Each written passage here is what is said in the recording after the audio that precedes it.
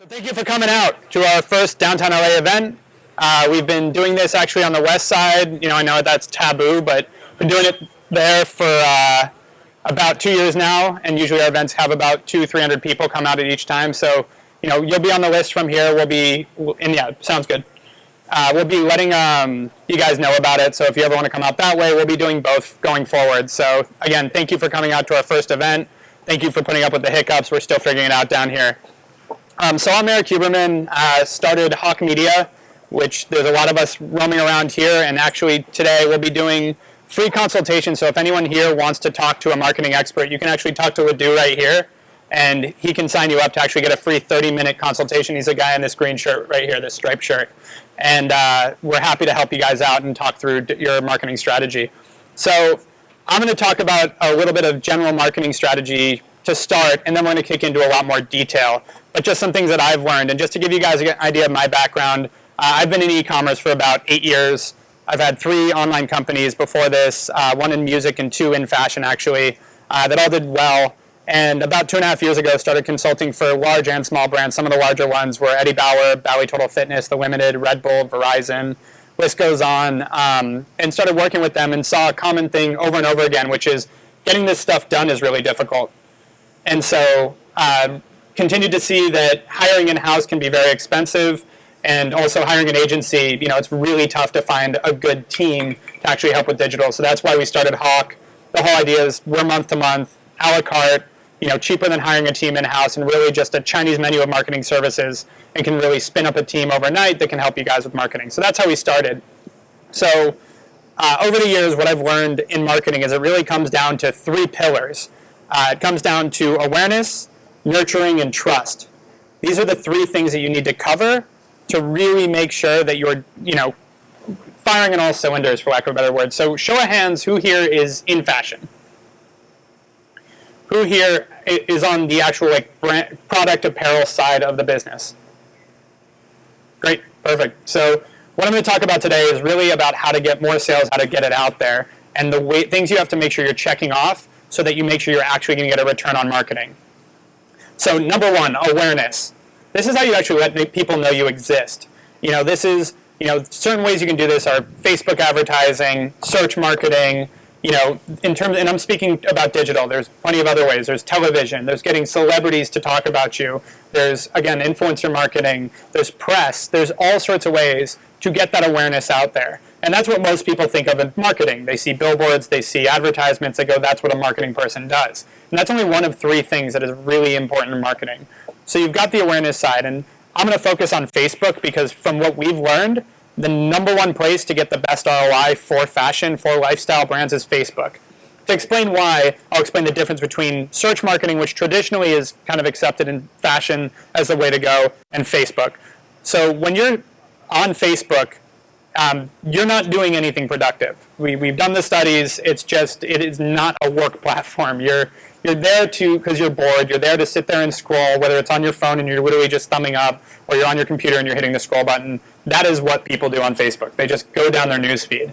And so during that time, what we're able to do as marketers is we're able to see this is someone that fits your demographic. So let's take women's activewear, for example. That's what my last company did. I can actually target women that fit my demo, let's say active women that with our brand, we're very trendy. So we found things like, that coincided with our audience. Like they liked Starbucks. They liked certain things that don't necessarily have anything to do with activewear, but we knew that if they liked Starbucks, they'd be trendy and they'd like our brand as well. So what we can do is target that exact person and the type of person that is our customer. Then we can feed them an ad that hits the message that promotes why we're the best activewear brand and why they need to buy our stuff right now, with photographs to reinforce that, to show how beautiful our stuff is.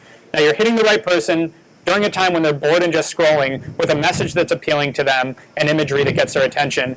You're going to generally get a pretty good response if you've got a good product. That's, at the end of the day, that's what matters. You've got to have a great product. But if you do, that becomes the best way to get their attention.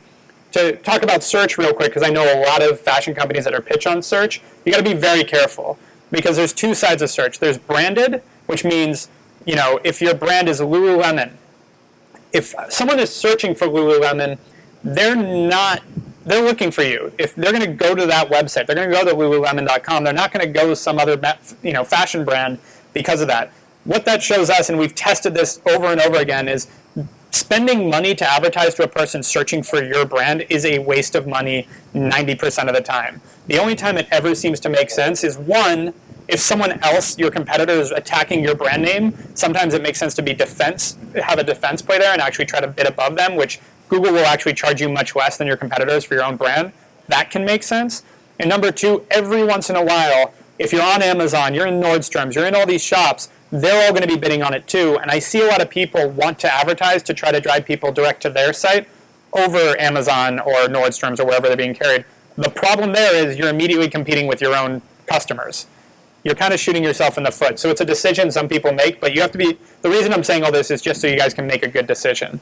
The other side of search are the non-branded words. If I'm searching for activewear, if I'm searching for fitness wear, whatever it is, and I'm Lululemon and I want to show up. The problem is, how many people here go onto Google to find the next piece of fashion they want to wear? Look around. And don't embarrass, if one person wants to raise their hand, yeah, there's one guy in the back, perfect. So I want to point that out because generally that's not the best way to make decisions with business, is a bunch of fashion people in a room, but that actually holds true. It is very rare for someone to go onto Google and search for a general statement like activewear and then buy your brand, which is what a lot of marketing companies are trying to push. So stay away from that. And really, if you want to build your brand, Facebook, Instagram, which is the same platform now, focus on that side. And so that's awareness. Now here's another common misconception.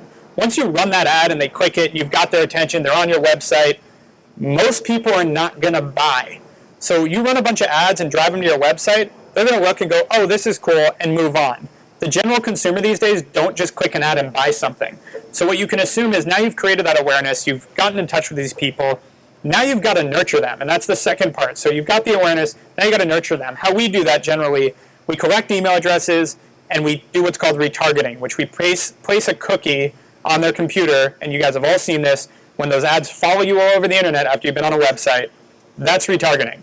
And it's very inexpensive, and it's very effective, because once they've already seen you, everyone's heard the game of impressions, that you need 7 to 10, or whatever the number is of the week, impressions to actually get someone's attention. That's where you get it. So you get that first bit of impressions to drive them to your website. They're interested. They're like, okay, you got my attention, but 99.9% of people aren't going to purchase right there. Now you're going to retarget them, and now you have an opportunity to capture an email address. What I can tell you is, from experience, 10 to 20% of the people that click on that ad will give you an email address. They're not going to buy something, and probably closer to 1% is going to buy something, but the rest will just be like, we're not ready yet, but I'm curious to see what you have to say. And now's your opportunity to re-engage them and explain what their value is.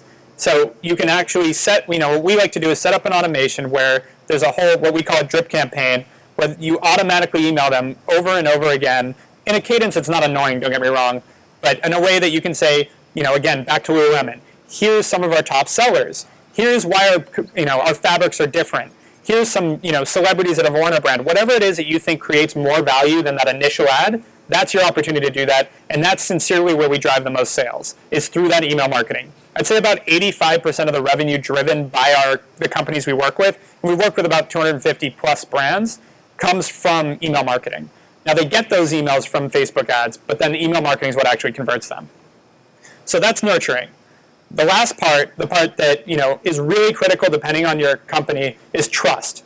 So, and I'm going to use an example that doesn't apply here, but to illustrate the extreme side, if you're a supplement company or something you're asking me to ingest because it's going to make me healthier or whatever it is, I'm not just going to believe a Facebook ad and buy it and start eating whatever you're sending me.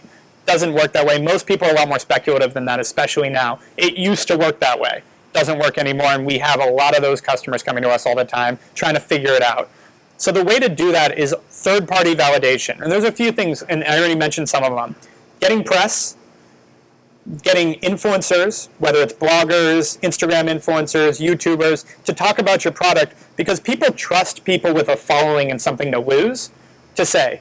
Testimonials and endorsements in that way can work, but most people understand that I can call 30 friends and get them to endorse whatever product I want. It doesn't actually mean a lot. But when you get someone that their whole livelihood is around their audience and being authentic and trustworthy, if they'll promote your product, that means a lot more. Now, how that applies with fashion is really when it comes down to like the cool factor.